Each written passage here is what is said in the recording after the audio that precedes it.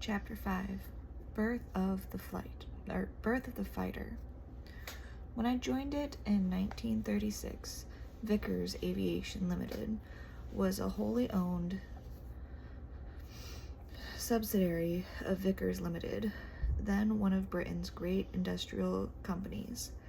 Its activities covered a wide field of general engineering, shipbuilding, both commercial and naval, and through Vickers Armstrong Limited, the manufacturer of armament.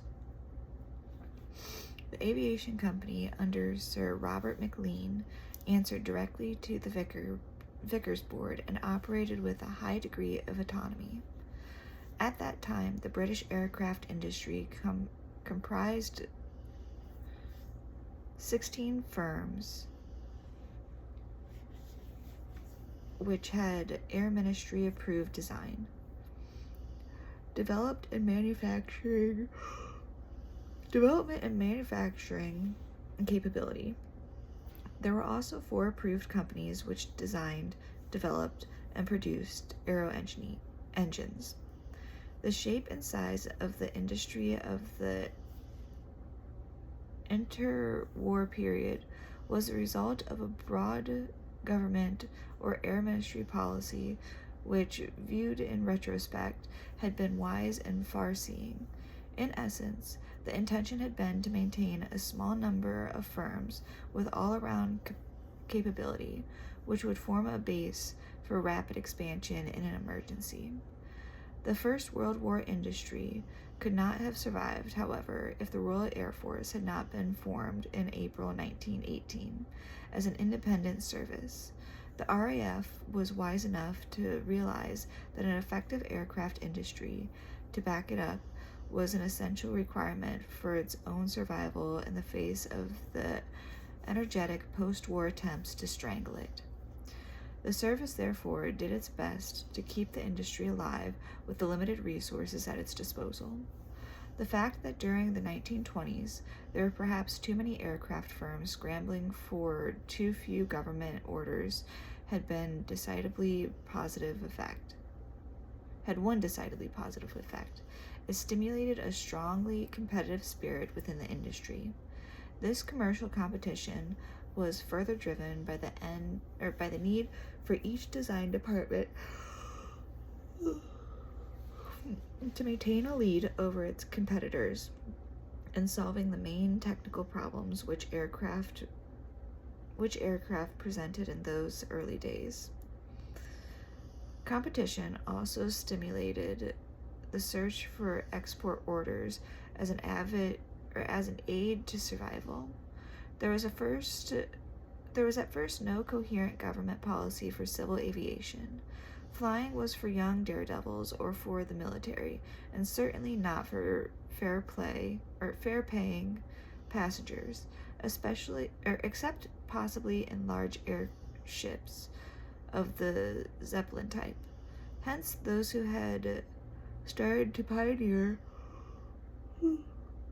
commercial air transport by aeroplane in the 1920s, as Vickers Aviation Limited did with the Vimy Commercial, a Rex Pearson design, did so on the basis of hunch and not in response to any government encouragement or to any commercial market forecast. It was a hitherto non-existent market which had to be created by demonstration and example out of nothing. When Winston Churchill, as Secretary of State for War and Air in 1920, remarked that civil aviation must fly by itself, the government cannot keep it in the air, he neatly expressed the attitude of the time. In January 1936, Vickers Aviation Limited at Weybridge was effectively dominated by a small but powerful group of men. These were Sir Robert McLean, the chairman, Maxwell Muller, the general manager, Archie Knight, the works manager, a character almost straight out of a 19th century novel, Rex Pearson, the chief designer, Barnes Wallace, who was developing advanced ideas about the design of aircraft structures, and Mutt Summers, the chief test pilot. Mutt was my boss, and a strange, somewhat contradictory character with whom I got on well, and who exercised great influence within the company. He was a very able pilot who had become a shrewd judge of an aeroplane, and was very much a child of his own aviation generation. He had held a short service commission in the RAF, and like me, had learned to fly at a very early age. In fact, I think he was only about 8 years older than I was, but he had crammed a tremendous amount into those years. He had taken over as chief test pilot at Weybridge when Tiny Schofield had been killed in 1928. This was at the time when prototype aircraft were produced very quickly, sometimes 2 in 1 year. Mutt therefore accumulated a huge amount of experience throughout the first flights and early development testing of a wide variety of aeroplanes. This was also a time when test flying was very much qualitative business. The techniques of measuring aircraft performance, i.g., speeds, rates of climb, range, and endurance in the air were fairly well established, and with suitable instrumentation could be done accurately, but they required methodical flying by the pilot. On the other hand, the techniques of measuring and quantifying flight handling characteristics were almost non-existent, and depended almost entirely upon the test pilot's individual assessment and opinion. The chief test pilot in the company therefore needed to have a highly developed type of horse sense in judging the qualities of an aeroplane. He also had to win the personal confidence of the chief designer and to be able to transmit his own judgment to the designers in practical terms on which they could work. Mutt had certainly established this sort of relationship with Rex Pearson, who always paid a great deal of attention to what he said. Sir Robert McLean was much influenced by Mutt. This fact, which was apparent to everyone, put him in a strong position within the company. There were 2 other test pilots at Weybridge, Sonny Banting and Ronnie Lewis, but they were confined primarily to the routine testing of production airplanes, and they were answerable in the main to the works hierarchy under Archie Knight and Maxwell Mueller. Mutt Summers regarded himself, in my opinion, rightly, essentially as part of the design and development process, with an audible voice in the area of future design policy, while the works pilots saw themselves as part of the manufacturing process, a sort of airborne extension of the inspection department. Mutt was a more sophisticated man, both in his approach to the job and his outlook towards the general aviation scene, and in the matter of his outside contacts. I was to be assistant to Mutt Summers, and was to concentrate upon what might be described as design testing. My chain of responsibility ran through Mutt to Rex Pearson, and ultimately to McLean, and I was not directly answerable to Knight or Maxwell Mueller. This situation highlighted 2 totally disparate approaches to the role of the test pilot in industry, and indeed raised an issue which, on an industry-wide basis, was to take some years to resolve. Where did the test pilot really fit into the hierarchy?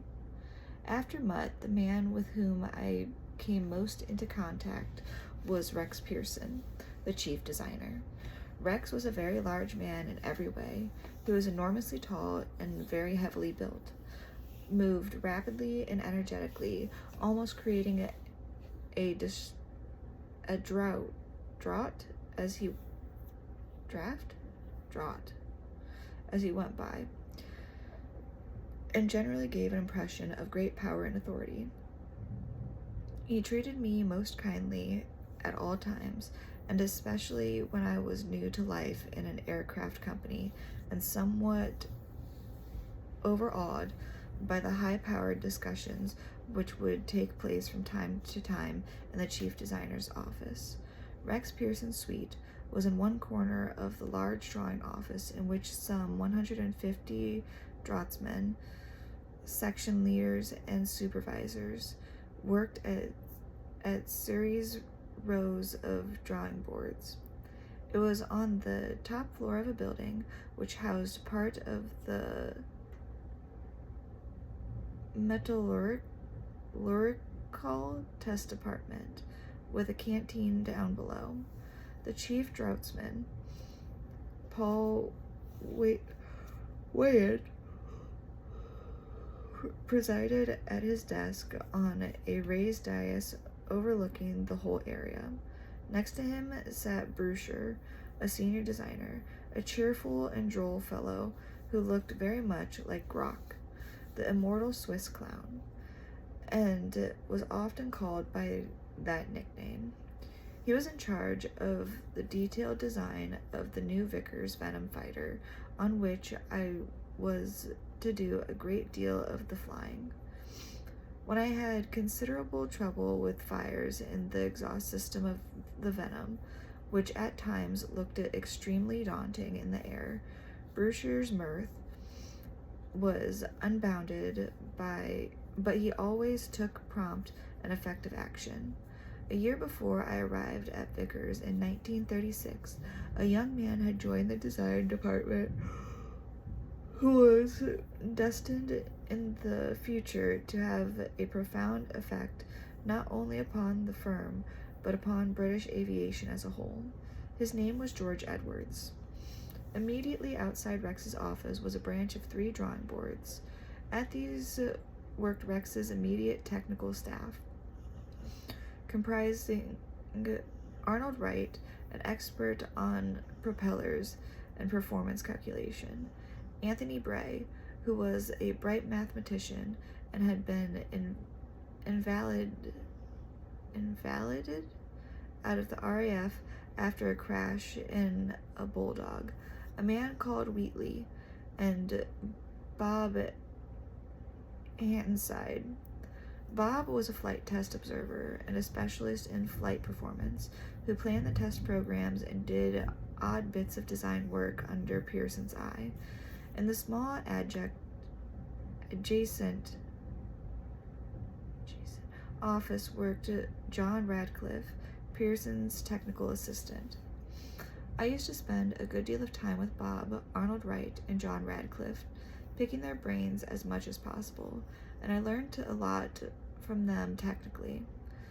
Bob flew with me on test flights in Wildebeest's, Hearts, Wellesley, and Wellingtons. Rex Pearson's office door was always open, and his voice could be heard booming away over the telephone or talking to one of his constant stream of visitors. Every now and then, he would burst from his office like a whirlwind and head for the board of some unsuspecting draughtsman, for whom the sky would suddenly darken, and the earth begin to shake as Rex's huge form bore down upon him to examine with a crucial eye some feature of a drawing. In another room in the designer's office sat the now legendary Barnes Wallis, who had the position of chief designer, structures. Wally, as we called him, had been an airship man at Vickers Borough before being brought by Sir Robert McLean down to Weybridge to apply his ingenious and novel ideas to the structural design of aeroplanes. When developing his highly successful R-100 airship, Wally had solved a knotty structural problem associated with gas bag containment by the use of geodesks, and this became the basis of an entirely new approach to aeroplane structures. The principle was first applied to the fuselage of a biplane bomber built to an Air Ministry specification, which flew in 1935. Then, as a private venture, Vickers built a monoplane version with an entirely geodesic structure to the same specification, G4-31. This was so much more efficient than the biplane that an Air Ministry order for 150 of the latter was canceled and replaced with an order for the monoplane. When I arrived at Weybridge, the prototype G4-31 K7556 was no longer a private venture, having received Air Ministry financial support for its continued development. It was in the factory being repaired after a belly landing due to an undercarriage hang-up, and was having a number of modifications embodied to bring it up to official specification standards. There was still a great deal of development testing to be done before it emerged in production, as the Wellesley and I was lucky enough to do the bulk of it in the ensuing months with Bob Handeside as my observer and mentor. During this work on the prototype Wellesley, I came in contact with Wallace a great deal. Estuary and difficult at times, even a bit bloody-minded. Through it all shone a sort of natural charm which was captivating, and one was constantly aware of a great deal of internal fire. Sir Robert McLean, late of the Indian State Railways, was the undisputed boss at Weybridge and Supermarine, and he made sure that everybody knew it. He was small and a bit dour, although not without a sense of humor. I never found him easy to get on with, as people like Rex Pearson, R.J. Mitchell, and Wally were easy.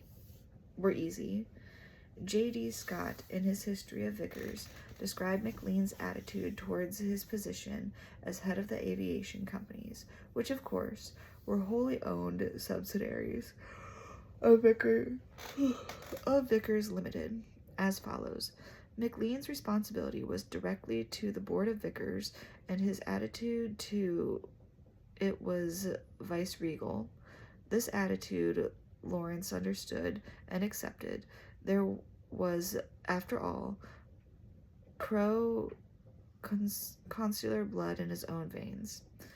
Men cast in a less august mold were, however, apt to find McLean's uncommunicative independence trying or even unnerving. In fact, McLean's pro-consular approach to his position was not limited to the Board of Vickers, but extended very much toward the Air Ministry and the Air Staff, who were his most important customers. In my position of assistant experimental test pilot, my minor contacts with McLean began to assume the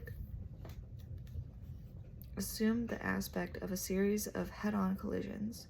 By 1937, I was convinced that war was inevitable, and was beginning to regret leaving the Royal Air Force, so I applied to join 600 Squadron Auxiliary Air Force at Hendon. I was accepted by them, but my application was vetoed by McLean, very much to my annoyance and disappointment. Then, with my friend John Hopcraft, who had obtained the sponsorship of Colonel W.C.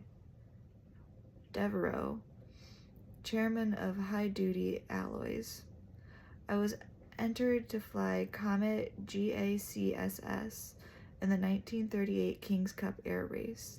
This proposal was also turned down. Then, David Archerly and I arranged to fly a private aircraft to the Soviet Union, and we had obtained a promise of help from Maysky, the Soviet ambassador in London. Unfortunately, something of this venture leaked into the gossip column of a London evening newspaper, and yet again the McLean veto descended upon my neck. McLean made regular visits to Supermarine, and there would be informal gatherings around some drawing boards in the project office, usually with Mitchell, Pearson, and Alan Clifton, chief of the technical office.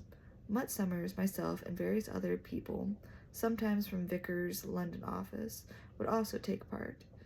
These discussions would be dominated by McLean and Mitchell, and as both men were listeners rather than talkers, the proceedings occasionally tended to drag on a bit, but it was impossible not to admire and respect McLean with his clear-headedness and uncompromising authority.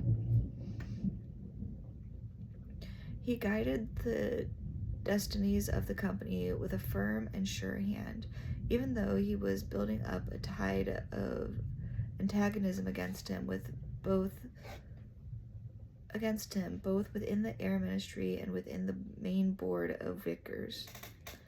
I had not been at Weybridge for more than 2 weeks before Mutt drove me down for my first visit to Supermarine.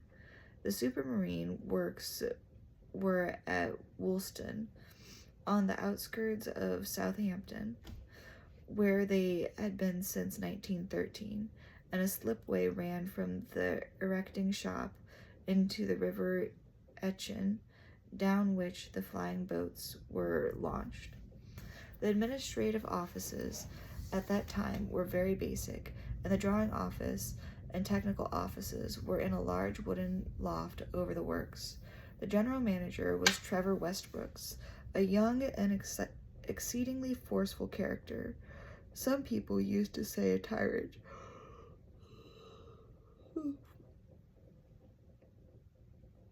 who had his offices in the works so that he could emerge straight onto the shop floor at a moment's notice. He had been trained at Weybridge under Archie Knight and McLean had appointed him at the age of 28 to ginger up the production arrangements at Supermarine. One of the first jobs he had to do was build 2 S-6Bs for the 1931 Schneider Trophy within little more than 6 months, and this he achieved.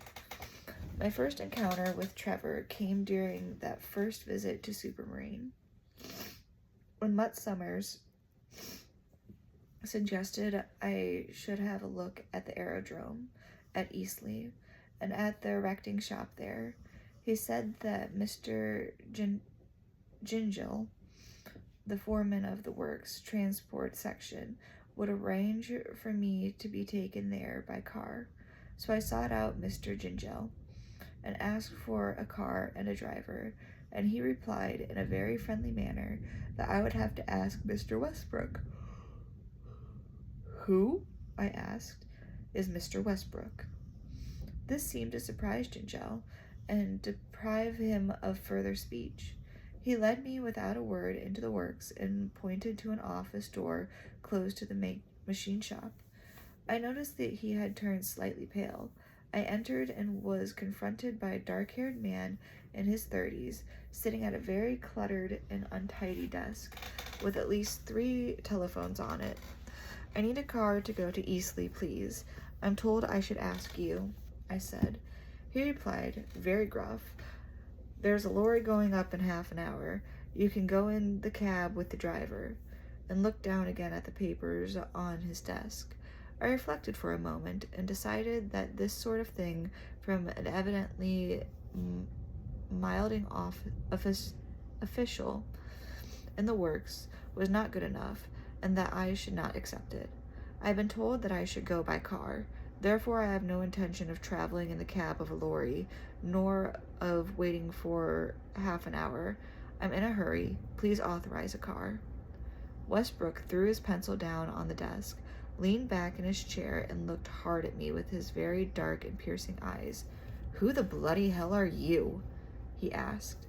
I told him, and he continued to stare at me for a few moments, and I stared steadfastly back. "Okay," he said. "If you want a car, you'd better have one. Tell Gengil I said so." "Thank you very much," I said. "I'm sorry to have bothered you." As I left his office, I heard him mutter to himself, "Cheeky bugger." On the way back to the weighbridge, I asked Mutt if he knew a fellow at the works called Westbrook. "I should say I do," said Mutt. "He's the general manager of the company. Why?" "Oh, nothing," I replied, feeling slightly unwell.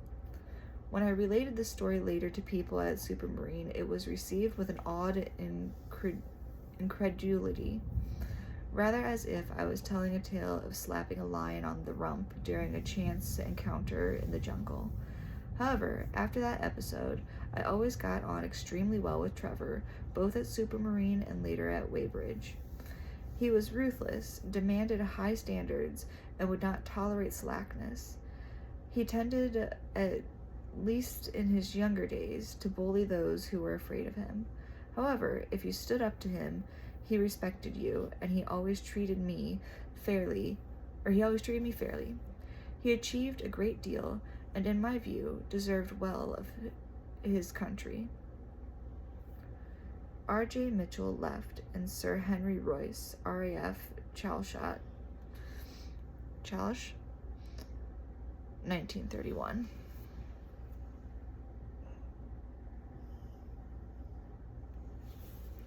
Apart from that somewhat abrasive first encounter with Trevor, the main events which stick in my memory from the first visit to Supermarine were my meeting with the then already legendary J.R. Mitchell and my first sight of the prototype F-37-34.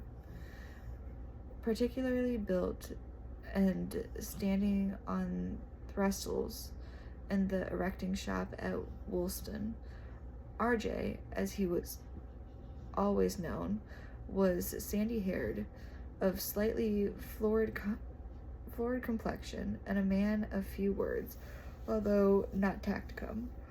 He and Mutt seemed to get on well together, although I could not remember anything in detail of that first conversation, during which I kept silent anyway. I met some members of Mitchell's staff during that visit, including Alan Clifton, Beverly Shinestone, Arthur Cheval, and Ernest Mansbridge. And after these introductions, Mitchell took Mutt and me down to the shop to look at the fighter, as it was called. It looked long and sleek from what we could see of it, surrounded as it was by the confusion and equipage of manufacture and assembly. But even to my inexperienced eye, it was obviously somewhere near completion, and I knew that before long the wings would be removed and it would be trucked up to Eastleigh for reassembly and preparation for the first test flight. During that first visit, I also met George Pickering, who had come to the notice of Mitchell and Westbrook while serving as an RAF test pilot at the Marine Aircraft Experimental Establishment Flexisto. They had offered him a job as test pilot at Supermarine, as quite a heavy flying boat program was impending there based on seagulls, walruses, scappas, and stranreras. George was a very practical and down-to-earth man, both in his general character and his approach to flight, and he was prone to call a spade with no sort of equivocation. At a time when some test pilots tended to adopt a somewhat prima donna attitude if they thought they could get away with it, George's approach, even as sometimes a little overexpressed, was refreshing and healthy. He was a few years older than me, with a flying boat rather than a fighter background, and he was also some 2 years senior to me in the company.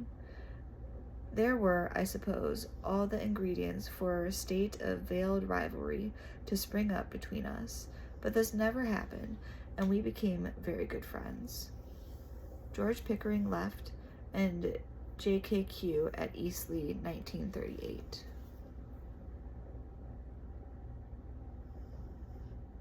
So I guess that person is the one we're reading about, I think. In general, George was the acknowledged and undisputed expert on the marine side at Supermarine, and I, in spite of my youth, was generally accepted as the fighter boy. However, neither of us attempted to form any sort of closed shop. There had always been a certain mystique surrounding flying boats, but George Pickering, like the true expert that he was, would have none of this. As opportunities arose, he taught me to fly them, concentrating on the essentials and dismissing the trivial. I was lucky to have my first introduction to flying boats from such a man. Until flying started on the fighter, there was nothing for me to do at Supermarine. All the action with which I was involved was at Weybridge for the time being. There I was installed in a small office whilst living in a hotel at Walton-on-Thames. In production at Weybridge were dual heart trainers, for which the contract had been obtained by Vickers through underquoting hawkers. A few Valentias, which were a derivative of the old Victoria troop carrier, but with Pegasus engines, some wildebeests, and Vicens.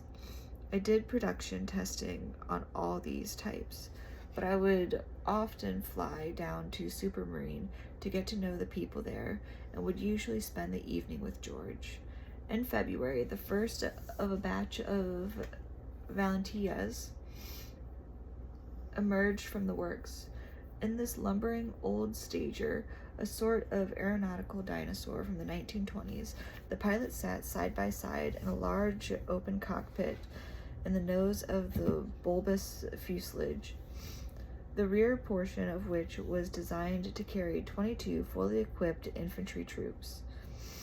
The control response of the Valentia, like that of the Virginia, was slow and dignified in the extreme, particularly in the higher weights and in turbulent air.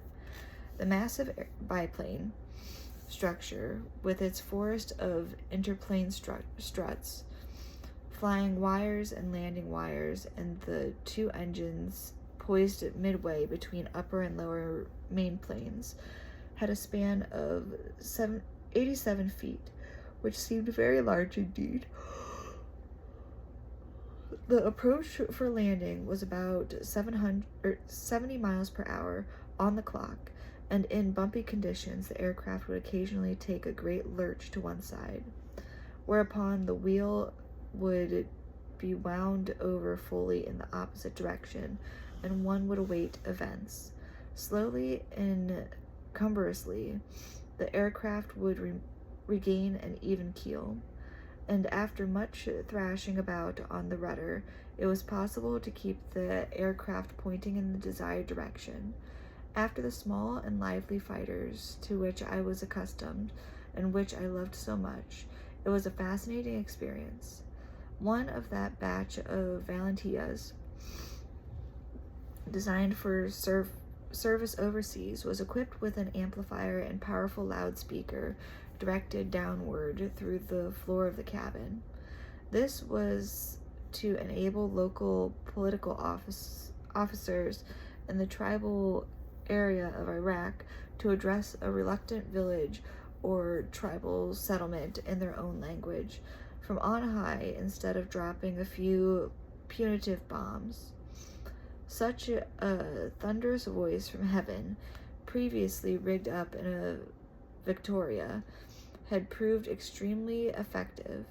For me, there was a strong temptation to switch it on during a test flight and address some remarks to the citizens of Walton-on-Thames, but this I managed to suppress. Next came the reemergence of the prototype G431 monoplane K7556, which had been damaged when Mutt made a belly landing with a hang-up undercarriage. The G431, the first aeroplane of entirely geotic construction, was a very clean aircraft, with a long, slender wing having a span of 75 feet and an aspect ratio of 7. It was destined during its subsequent Royal Air Force career to gain the world non-stop long-distance record of 7,157.7 miles, with a flight from Ismailia in Egypt to Darwin in Australia. On 5 February 1936, we took delivery of a brand new Miles Falcon with Gypsy VI engine, GADTD, from Phillips and Powys. I flew it on a 15-minute provisional acceptance flight.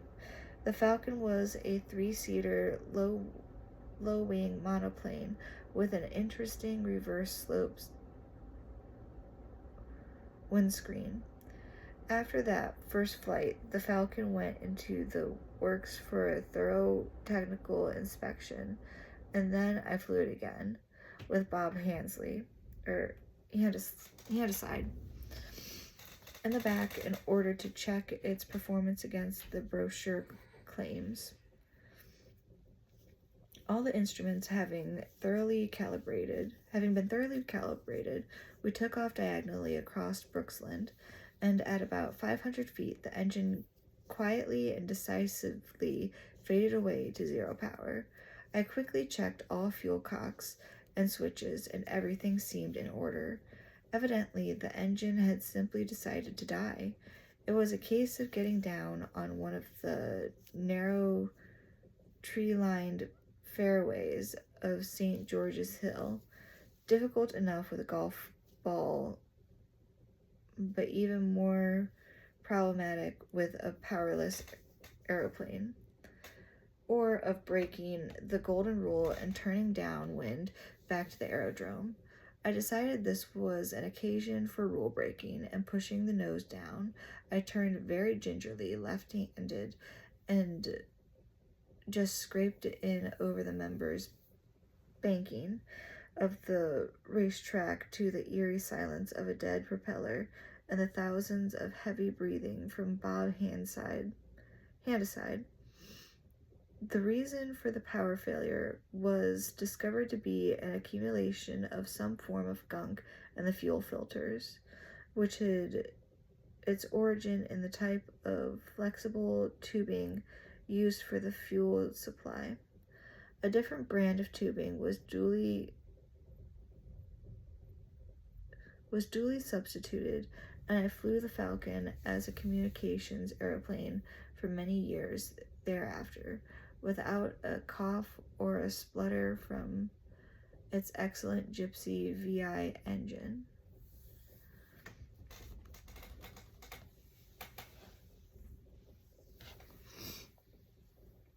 Okay. On 6 March, I flew the Falcon from Brooklands to Martlesham to take Mutt Summers from there to Eastleigh. Popular folklore has it that the first flight of the Spitfire took place on 5 March 1936. But I flew Mutt to Eastleigh for the particular purpose of making that first flight on 6 March.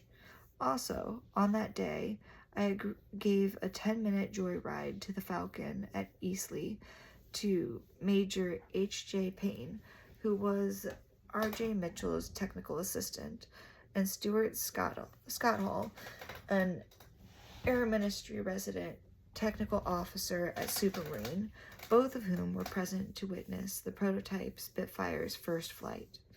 The fighter was in its ex-works finished.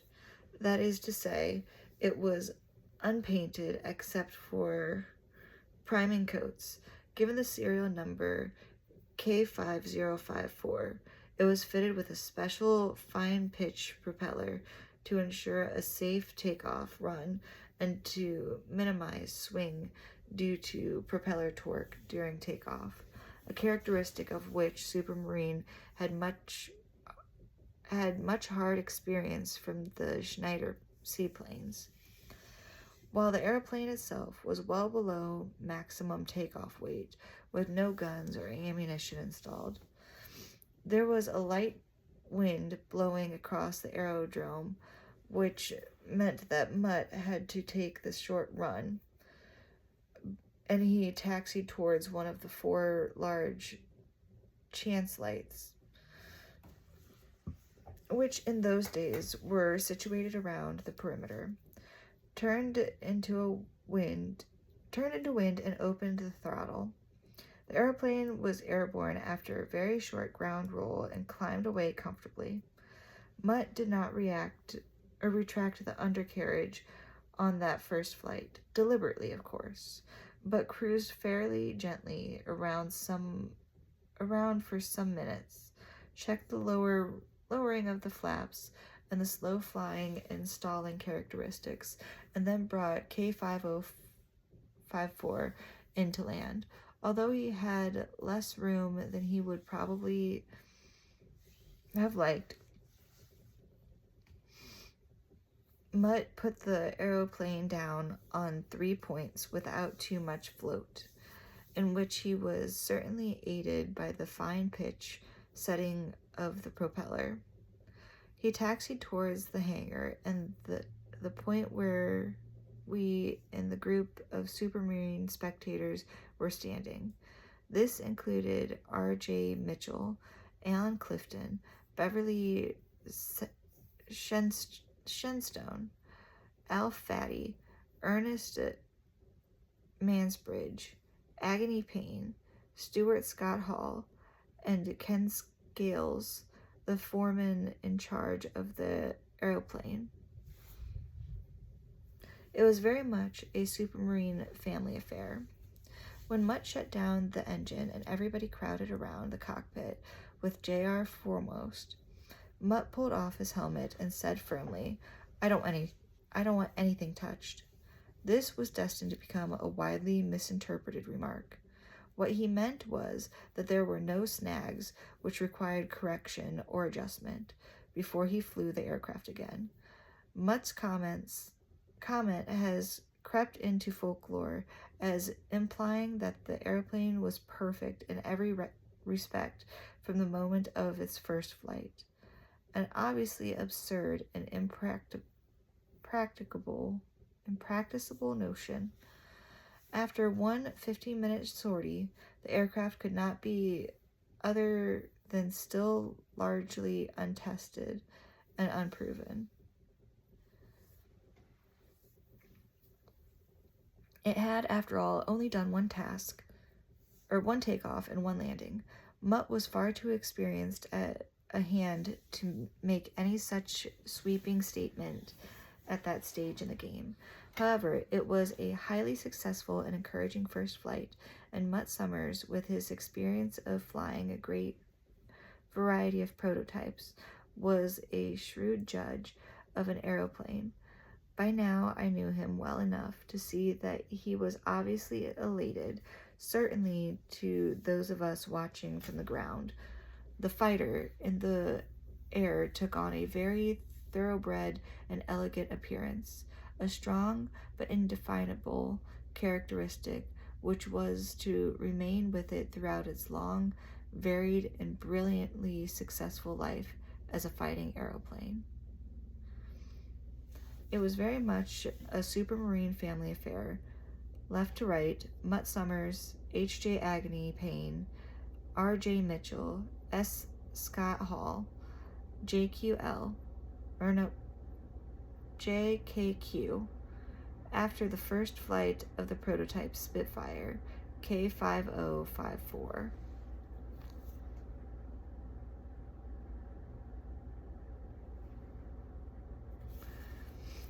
Later that afternoon, I flew Mutt back to Brooksland in the Falcon, and we put the aircraft away and walked across to have a drink in Bob Lambert's well-known and congenial Brooklands Flying Club bar. Mutt was obviously pleased to have one more successful first flight tucked under his belt, and I felt excited about this long, sleek, and elegant machine, which I knew that as soon as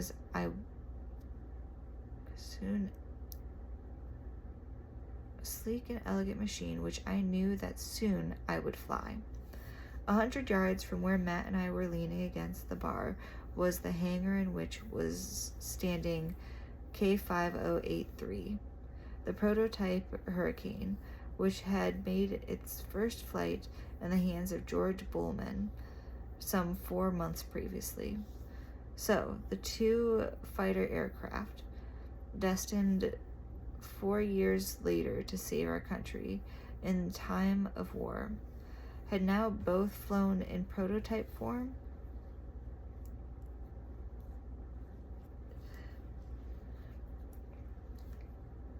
Neither was yet aware near being a practical fighting machine, nor had either yet been ordered in quantity by the Royal Air Force, so much work still remained to be done.